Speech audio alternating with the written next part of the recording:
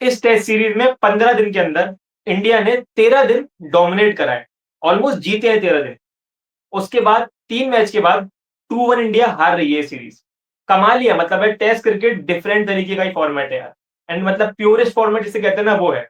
और इस सीरीज में यही हुआ है भाई, जो लॉर्ड्स में जो 5th डे हुआ है इंडिया के साथ, दिल बहुत टूटे हैं भाई। कितने क्लोज रन थे, 20-25 रन से हमारे, आई थिंक 22 रन से हमारे हैं वो टेस्ट मैच, इतना क्लोज। एंड उसके बाद वो बॉल भाई टप्पा खा के वापस चली गई। तो लक इंडिया के अगेंस्ट नहीं था, मेरे को लगता है लक था ही नहीं इंडिया के साथ। लेकिन 4th टेस्ट मैच आ गया है मैनचेस्टर में। जब हम पहला लीड्स में हारे थे टेस्ट मैच, तो एजबेस्टन में कहा जा रहा था कि भाई कभी जीते नहीं है, और वहां हम जीत गए। अब भाई हम आ गए मैनचेस्टर में, ओल्ड ट्रैफर्ड, यहाँ भी हम कभी जीते नहीं है, इनफैक्ट स्टेट्स और खराब है। और जब हम हारे हैं ना, तो इनिंग्स इनिंग्स की डिफीट हुई है बहुत बार। तो क्या लगता है भाई, आयुष तेरे से स्टार्ट करते हैं कि भाई क्या लग रहा है, इंडिया इस 4 टेस्ट मैच के अंदर कुछ कमबैक दिखा पाएगी अपना? देखो, मुझे तो यही लगता है यार, पहली चीज़ तो ये कि हमने काफ़ी बहुत लोगों को ऐसा था कि चलो यंग टीम है, उम्मीदें नहीं रखनी है, ये है, वो है। बट इस यंग टीम ने जिस तरीके का प्रदर्शन किया है, सभी आपने बताया कि 15 दिन में से 13 दिन हम जीते हैं। फिर भी हम अभी हमें जहाँ पे 3-0 से आगे होना चाहिए था, वहाँ पे हम 2-1 से पीछे चल रहे हैं, ठीक है?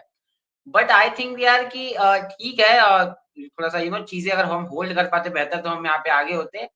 बट वही है कि मैनचेस्टर है और थोड़ा-सा टफ होने वाला है हमारे लिए। और जैसी अभी अपडेट्स आ रही हैं, अगर मैं कुछ अपडेट्स की बात कर लूँ पहले, तो नीतीश कुमार रेड्डी चौथे टेस्ट से बाहर हो चुके हैं, ठीक है? उनको शायद कुछ इंजरी कंसर्न्स है, आई डोंट नो, बट वो रूल्ड आउट हो चुके हैं पूरी दोनों मैचेस से, जो भी आगे के 2 मैचेस हैं।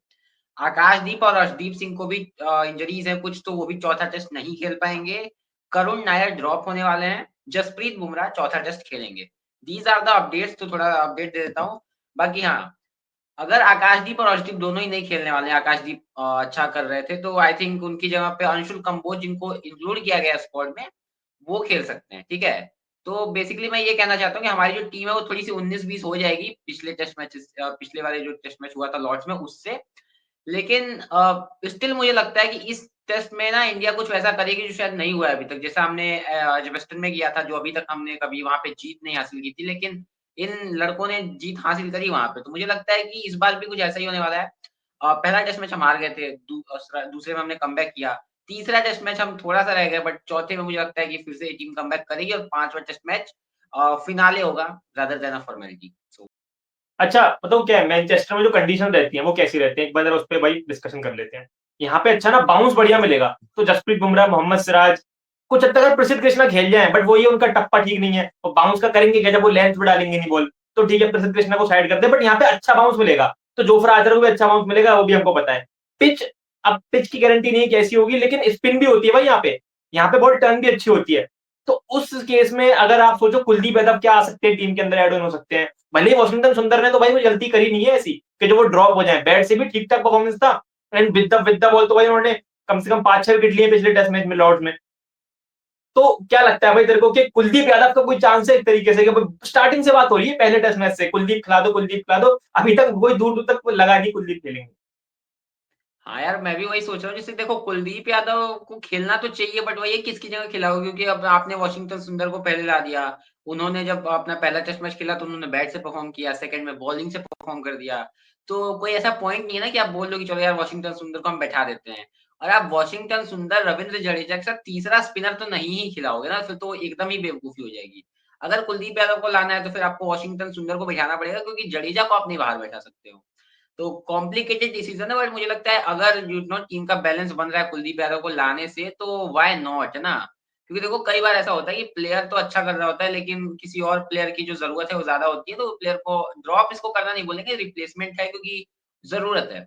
तो अगर कंडीशंस वैसी वैसी होती हैं कि स्पिन में पिच में क्रैक्स आ सकते हैं बाद में, और वो स्पिन को हेल्प हो सकती है, तो कुलदीप यादव श्योरली एक बढ़िया विकेट टेकर है। पिछले मैच में ज़रूर ली थी वॉशिंगटन सुंदर ने विकेटें, बट इट डज़न्ट मीन ना कि कुलदीप यादव से बेहतर विकेट टेकर है वो। देख जैसे कि करुण नायर ड्रॉप होने की बात हो रही है, मैं सुन रहा हूँ करुण नायर को सीधा कर्नाटका भेज रहे हैं कि भाई जा रणजी खेले जाके, तुम वही रन बना सकते हो, यहाँ तो हमारी बस की नहीं है।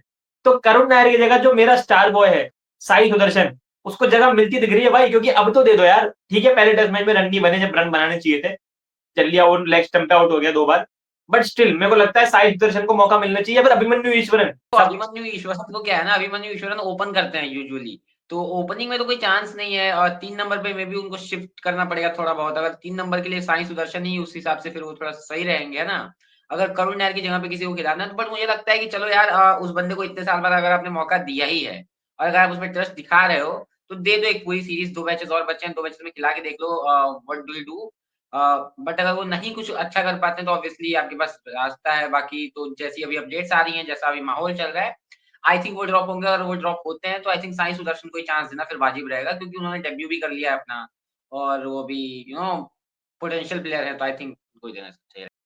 पे क्या लग रहा है भाई जायसवाल की बैटिंग? आई थिंक देखो कोई दिक्कत नहीं उनकी फॉर्म के अंदर, बट जो उन्होंने 2 रेकलेस शॉट्स मारे हैं और ऐसा लगा है जोफ्रा आर्चर की जगह जब सामने आता है जोफ्रा आर्चर तो पैर नहीं चल रहे भाई जायसवाल के। समझ नहीं आ रहा है कि कट मारूं, ड्राइव करूं, लीव करूं बॉल, और मुश्किल हो रहा है भाई। वो जो जो लॉर्ड्स में उन्होंने सेकंड इनिंग में जो शॉट मारा है, वो मेरे को लगता है इंडिया टेस्ट में जो शॉट पे हारा है मेरे हिसाब से पर्सनली। क्योंकि जायसवाल अभी तक वो अच्छा खेल लेते हैं यार उस सीरीज के अंदर, एंड वो कितना गंदा शॉट था यार।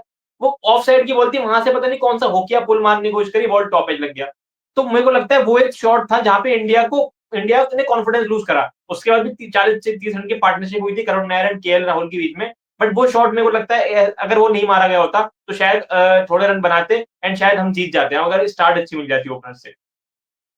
तो जायसवाल रुकता तो ये तो भाई हमें सबको पता है कि इतना बड़ा टारगेट नहीं था एंड आराम से चीज़ हो जाता। लेकिन दिक्कत ये है ना कि मुझे ऐसा लग रहा है कि जोफ्रा आर्चर के साथ कुछ तो इनका ऑफ द फील्ड बैंटर चल रहा है क्योंकि यार वो टीममेट्स भी हैं राजस्थान रॉयल्स में ना, तो कुछ तो एक्स्ट्रा करने जा रहे हैं वो। आर्चर के खिलाफ हमेशा पहली पारी में भी वो आर्चर को ही आउट हुए मारने के चक्कर में।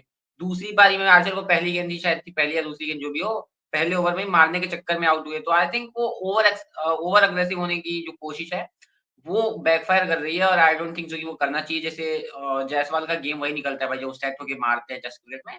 तो आई थिंक उनको थोड़ा-सा टाइम लेना चाहिए भाई। ऐसा तो है नहीं कि आप टी20 खेल रहे हो, आप टेस्ट क्रिकेट खेल रहे हो, तो you can take time.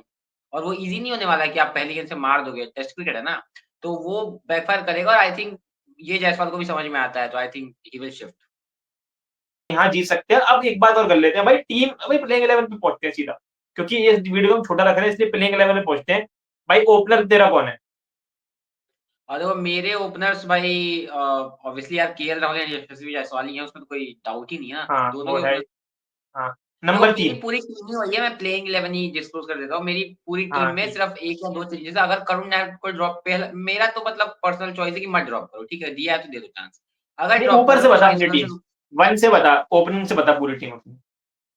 Opening से अगर बतानी है तो केएल राहुल, यशस्वी जायसवाल, 3 नंबर पे करुण नायर, 4 पे हम्म। शुभमन गिल, 5 पे ऋषभ पंत, 6ठे नंबर पे हमारे रवींद्र जडेजा खेल रहे हैं, तो रवींद्र जडेजा एंड 7 नंबर पे नीतीश कुमार रेड्डी चूँकि इंजर्ड हैं, तब उनकी जगह पे आप ध्रुव जुरैल को ला सकते हो क्योंकि बैटिंग करते अगर बॉलिंग ऑलराउंडर शार्दुल ठाकुर है, शार्दुल ठाकुर को ला सकते हो। तो अगर शार्दुल ठाकुर आते हैं तो Shardul Thakur and then Washington Sundar अगर खेल रहे हैं तो मैं चाहूँगा कुलदीप यादव की तरफ जाएँ, अगर जा रहे हैं तो अगर जाना है पूरा 20 विकेट लेने तो कुलदीप यादव को ले लो।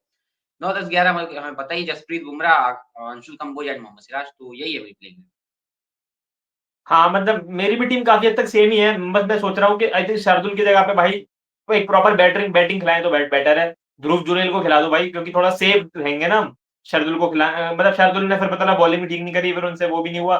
ठीक है हम 5 हाँ, बॉलर्स के साथ खेल यूटिलाइज़ नहीं लेंगे, कोई करें दिक्कत ना, नहीं है। बट बैटिंग टाइट रहे भाई, यूटिलाइज़ ये नहीं ऐसा ना करते हो कि। शार्दुल को। क्या चीज? मैं कह रहा हूँ शार्दुल को यूटिलाइज़ भी तो नहीं कर रहे बॉलिंग में ढंग से, तो बैटिंग उनसे हो भी नहीं हाँ रही वही होगी। बात है ना। क्योंकि शार्दुल यार चौथा अगर फास्ट बॉलर बन जाते हैं तो फिर वो उतने इफेक्टिव नहीं नजर आते। वो थर्ड फास्ट बॉलर तक ठीक होते हैं, बट चौथा इज टू मच फॉर मेरे को लगता है। फिर वहां पे सुंदरी बॉलिंग करेंगे, जडेजा बॉलिंग करेंगे, इसलिए तो ये तो आई थिंक बाकी से हमारी प्लेइंग 11 सेम ही है मेरे को लगता है। देखो क्या करें? लास्ट में एक बार चीज़ बोलूँगा कि पहली वीडियो थी इस चैनल की, तो कैसा लगा आपको ये डिस्कशन और क्या इस डिस्कशन में हमने चीज़ मिस कर दी, कुछ ह्यूमर नहीं डाल पाए या फिर कुछ जो मिस हो गया रिव्यू में हमसे, ये बता देना या फिर कौन-सा पॉइंट अच्छा लगा, ये सब कुछ बता देना कमेंट में क्योंकि आपका फीडबैक हमें इम्प्रूव करने में मदद करेगा।